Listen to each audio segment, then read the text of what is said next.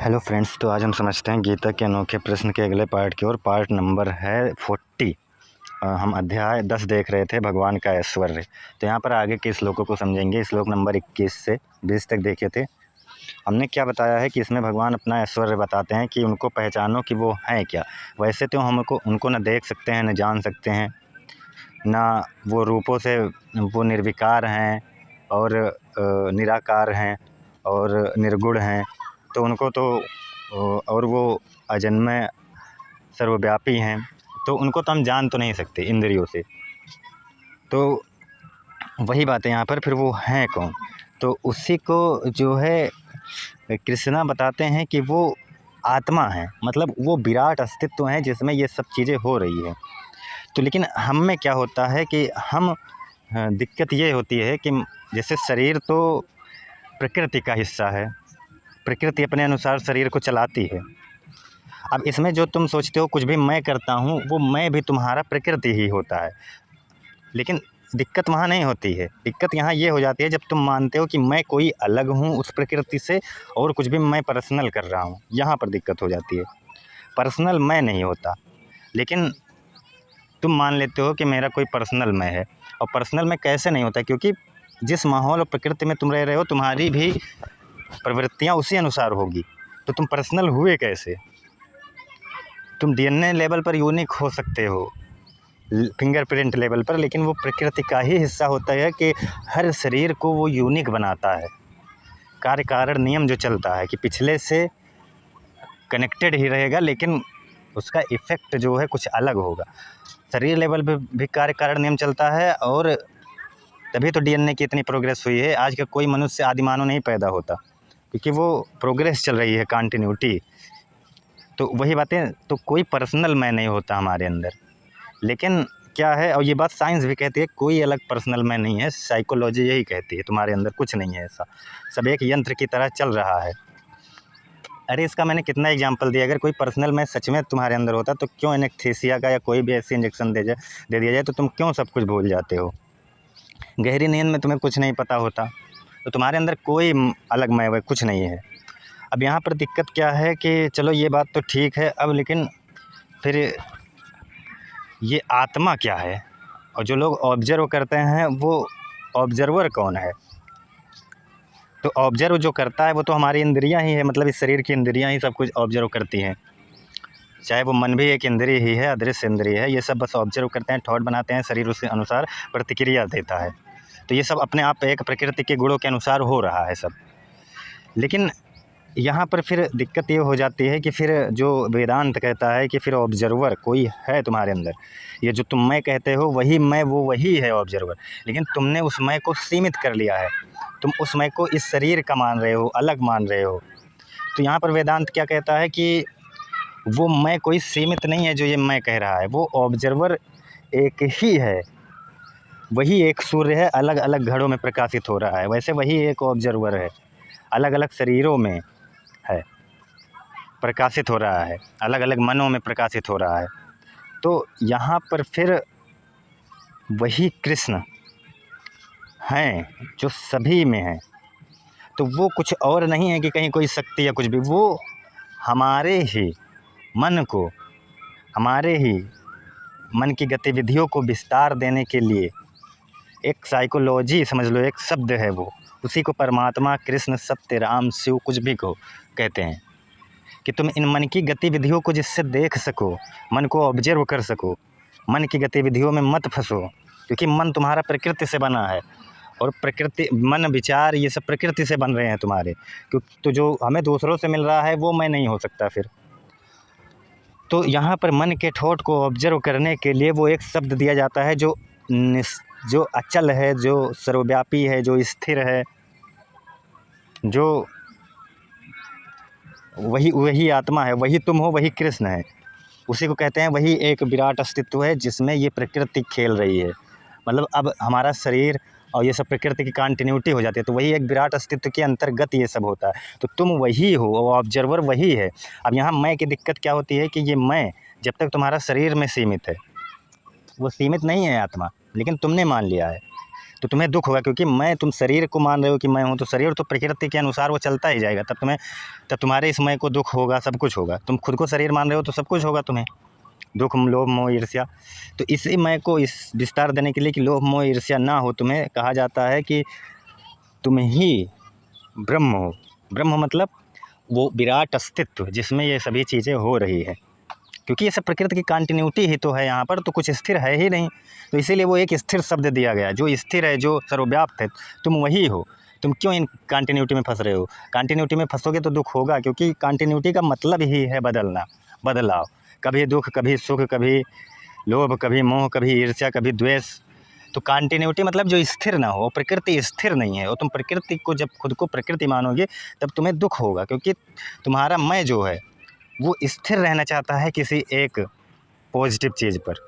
लेकिन प्रकृति तो कंटिन्यूटी है, ये बदलती रहेगी सुख दुख में, तो इसमें दुख होगा, कभी खुशी होगी, यही सब होता रहेगा। तो यहाँ पर फिर इसीलिए वो एक शब्द ब्रह्म दिया गया कि तुम उस विराट अस्तित्व को देखो, उस ब्रह्मांड को देखो। यहाँ पर पूरा ब्रह्मांड गतिशील है, कंटिन्यू है यहाँ पर सब कुछ, और ये ब्रह्मांड में वही एक चेतना फैली हुई है, और तुम वही हो, ये समझना है।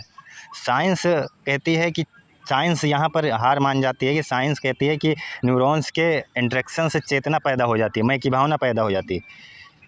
पैदा नहीं हो जाती, वो कहते हैं कि कैसे पैदा हो जाती है ये मुझे नहीं पता, लेकिन न्यूरॉन्स का इंटरेक्शन होता है।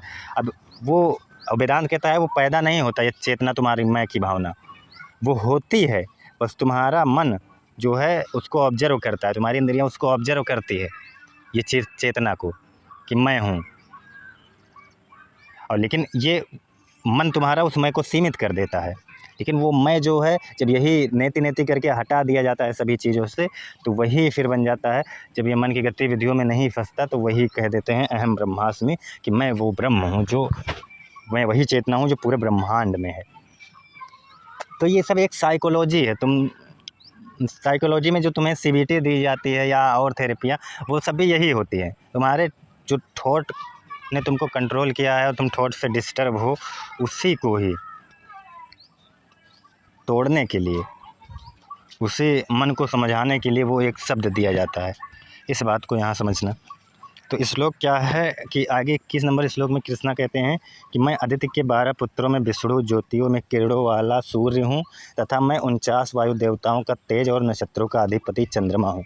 अब यहाँ पर देखो, कृष्णा मतलब सब कुछ बताएंगे कि मैं इसमें ये हूँ, उसमें हूँ, मतलब सब में सर्वश्रेष्ठ जो है। इसका मतलब ये नहीं कि जो सर्वश्रेष्ठ नहीं है उसमें नहीं है, वो सभी में है, लेकिन सर्वश्रेष्ठता वो कहाँ तक गिनाएंगे एक एक। इसलिए जो श्रेष्ठ है वो मैं ही हूँ, ये समझ जाओ। तो जब श्रेष्ठ में वो हो गए तो सब में वो हो गए। इसलिए कहते हैं मैं आदित्य के 12 पुत्रों में मैं विष्णु हूँ, ज्योतियों में किरणों वाला मैं सूर्य हूँ। अब मैं सूर्य हो गया तो उसके नीचे जो कुछ भी है सब मैं ही हूँ।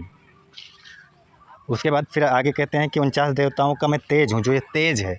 अब यहाँ देवता और ये जो कुछ है ये सब सांकेतिक शब्द हैं। देवता मतलब जो पॉजिटिविटी की ओर तुम्हें ले जाए, तो वही उनका तेज मैं हूँ। नक्षत्रों का अधिपति चंद्रमा हूँ, वो चंद्रमा जो चंद्रमा में तेज है वो भी मैं ही हूँ। उसके बाद कहेंगे मैं वेदों में साम वेद हूँ, क्योंकि साम वेद संगीत का वेद सबसे श्रेष्ठ वेद माना जाता है, तो इसलिए वेदों में कह देते हैं मैं साम वेद हूँ। देवों में मैं इंद्र हूँ, क्योंकि देवताओं में इंद्र ही ज़्यादा पूजनीय होते हैं। इंद्र मतलब यहाँ कोई वो नहीं, इंद्र मतलब एक हिसाब से तुम समझ सकते हो कि प्रकृति की ही पूजा। इंद्र मतलब, इंद्र देवता का मतलब क्या हुआ, वो एक शब्द दिया गया है कि जो ये बारिश कराते हैं, ये वो तमाम तरह की पर्यावरण या नेचर से संबंधित देवता को इंद्र के नाम से बस संबोधित किया जाता है। कोई इंद्र का मतलब ये नहीं। और इंद्रियों में मन हो, क्योंकि मन ही, पांचों इंद्रियों को समझो, सब पूरा शरीर मन ही कंट्रोल करता है, इसलिए कहते हैं इंद्रियों में मैं मन हूँ। उसके बाद भूत प्राणियों की चेतना हूँ, मतलब ये जो जीवन शक्ति है। यहाँ पर देखो चेतना दो तरह की होती है, एक वो परम चेतना और दूसरी ये चेतना जो श्वास हमारी चल रही है, जो ये चेतना है जो साइंस मानती है, उस चेतना की यहाँ बात हो रही है। प्राणियों की मैं चेतना हूँ, मतलब जब तक जीवन है, जिसको जीव कहते हो, वो चेतना। ये यहाँ परम चेतना की बात नहीं हो रही है। तो ये जो जीवन है तुम्हारे अंदर वो भी मैं ही हूँ। उसके बाद कहते हैं मैं 11 रुद्रों में शंकर हूँ, मैं यक्ष और राक्षसों में धन का स्वामी कुबेर हूँ, मैं 8 वसुओं में अग्नि हूँ, मैं शिखर वाले पर्वतों में सुमेरु पर्वत, मतलब जितनी भी चीज़ें हैं उसमें जो श्रेष्ठ है वो मैं ही हूँ। इसका मतलब जो श्रेष्ठ नहीं है इसमें उसमें वो नहीं है, नहीं, वही कृष्ण सब में है, क्योंकि वही एक विराट अस्तित्व है जिसमें सब कुछ हो रहा है। तो वो विराट अस्तित्व के अंतर्गत सब कुछ हो रहा है, तो उस विराट अस्तित्व में भी सब कुछ है और वो वही सब में भी है, ये बात। उसके बाद पुरोहितों में मुखिया बृहस्पति मुझको जान, हे पार्थ मैं सेनापतियों में स्कंद और जलाशयों में समुद्र हूँ। देखो यहाँ पर जो बार बार वो दिया जाता है एग्जाम्पल कि समुद्र समझो कृष्ण को, और उसमें लहरें ये प्रकृति हैं, तो देखो यहाँ पर समुद्र खुद को कह दिए। और जो एग्जाम्पल दिया जाता है कि और एग्जाम्पल दिया जाता है यहाँ पर, रुको थोड़ा, और यहाँ जो बार बार एग्जाम्पल दिया जाता है सूर्य का, कि सूर्य ही एक ही है उस और सभी घड़ों को वही प्रकाशित कर रहे हैं, तो यहाँ पर वो भी कृष्ण कह दिए कि मैं ही वो सूर्य हूँ, मतलब इसीलिए ये सभी एग्जाम्पल दिए जाते हैं। तो यहाँ कह रहे हैं मैं समुद्र हूँ, उसमें अब लहरें आती जाती रहती है, लहर मतलब प्रकृति समझो। उसके बाद आगे कहते हैं मैं महर्षियों में भृगु और शब्दों में एक अक्षर अर्थात ओमकार हूँ, सब पहाड़ के यज्ञों में जप यज्ञ और स्थिर रहने वालों में हिमालय पहाड़ हूँ। मतलब जो श्रेष्ठ है जिसमें वो मैं ही हूँ,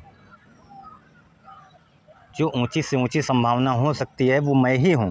अब उसके अंतर्गत मतलब वही कृष्ण सब में व्याप्त है। कृष्ण मतलब क्या समझा है तुमने, शिव मतलब क्या समझा है, ब्रह्म मतलब क्या समझा है कि कोई कहीं बैठा है उसकी मर्जी से सब हो रहा है, नहीं, जो भी कुछ हो रहा है वो प्रकृति की कंटिन्यूटी है, उसको कोई नहीं रोक सकता, वो हो रहा है।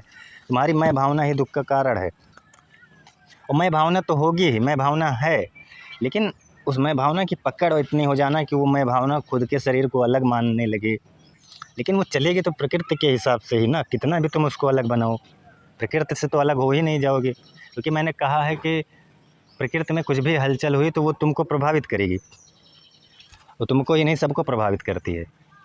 अब यहाँ पर कहा जाता है कि इतना वो है कि तुम खुद देखो कि अगर तुम खुश होते हो तो तुम्हें पूरा संसार खुशी दिखता है, दुख नहीं दिखेगा तुम्हें, और तुम दुखी होगे तो ये संसार में कितना भी तुम्हें हैप्पीनेस दे दी जाए तुमको सब कुछ बेकार ही लगता है, क्योंकि तुम कहीं ना कहीं जुड़े हुए हो। जैसे एक ही चांद है लेकिन कोई उसी चांद को देखकर खुश हो रहा है, लेकिन कभी कभी कोई उसी चांद को देखकर दुखी होता है। ऐसा क्यों है?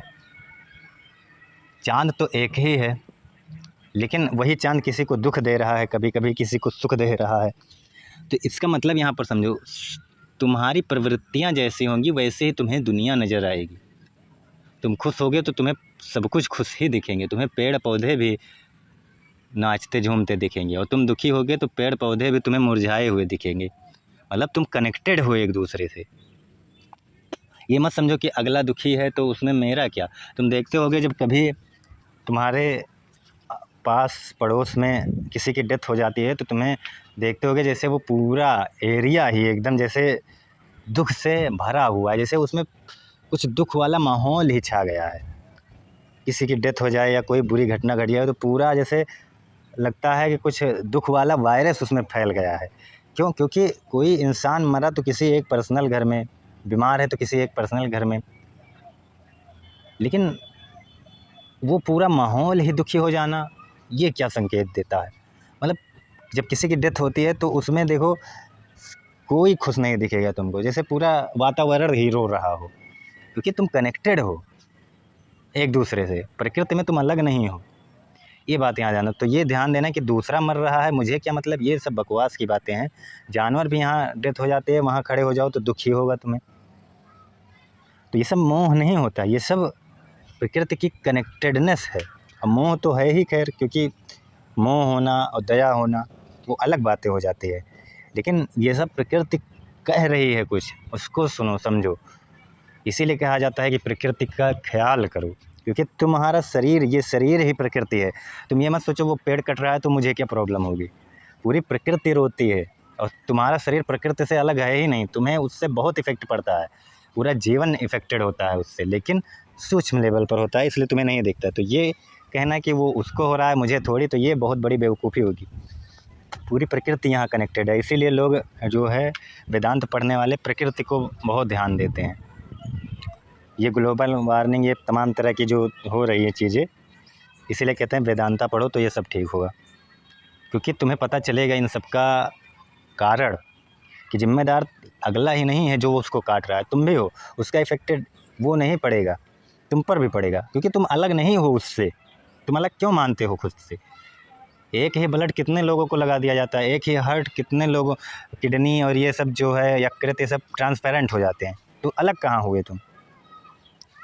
तो ये सब बकवास की बातें हैं। इसका मतलब ये है तुम प्रकृति लेवल पर बिल्कुल अलग नहीं हो और उस ब्रह्म लेवल पर तो बिल्कुल भी अलग नहीं हो, इसलिए इसको अद्वैत कहा जाता है। दूसरा कोई है ही नहीं, सब कुछ वही ब्रह्म है और वही ये प्रकृति भी ब्रह्म है। अद्वैत में ये भी कह दिया जाता है, क्योंकि वही एक ब्रह्म है जिसके अंतर्गत ये प्रकृति भी खेल रही है।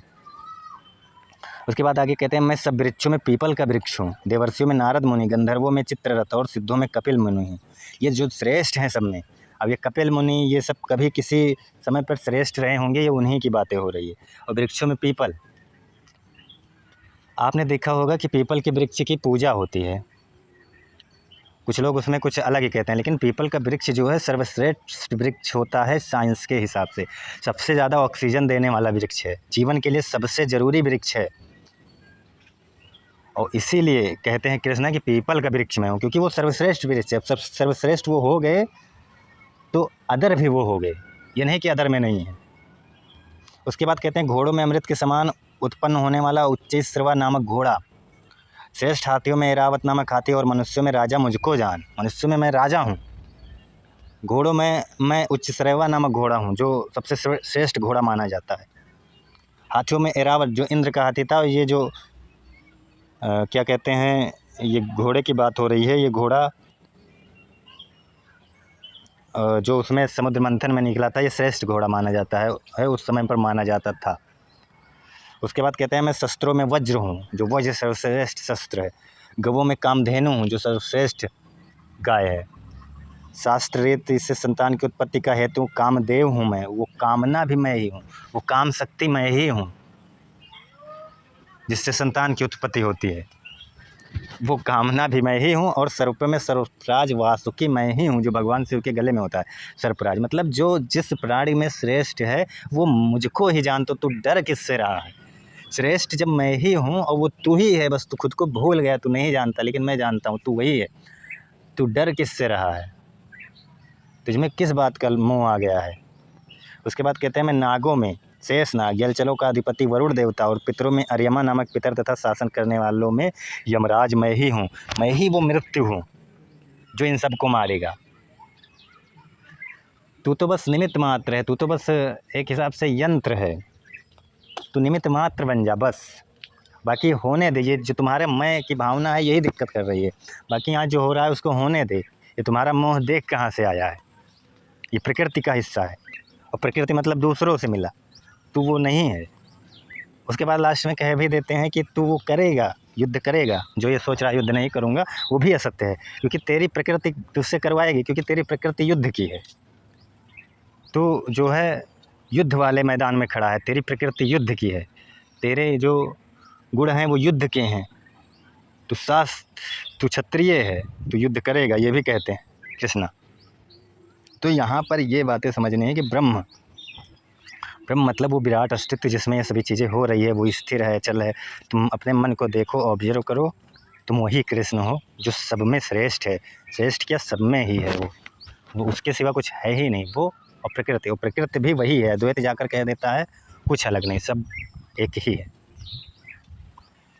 तो यहाँ पर देखो, जो कुछ लोग कहते हैं कि क्या परमात्मा प्रकृति में नहीं है? परमात्मा प्रकृति से परे का मतलब हुआ कि वो प्रकृति के गुणों में नहीं है, इस कंटिन्यूटी में नहीं है। बाकी नहीं तो नहीं है, तो भगवान कृष्ण क्यों कह रहे हैं मैं हाथियों में ये हूँ और सर्पों में ये हूँ? तो ये सब तो प्रकृति का हिस्सा ही तो हुए, लेकिन वो श्रेष्ठता दिखा रहे हैं। वो कह रहे हैं कि मैं सब में हूँ, उनके कहने का मतलब है सब कुछ मुझ में है और मैं सब में हूँ, लेकिन मैं इनसे परे भी हूँ। ये बात है यहाँ पर। तो खैर आज के लिए इतना ही, धन्यवाद।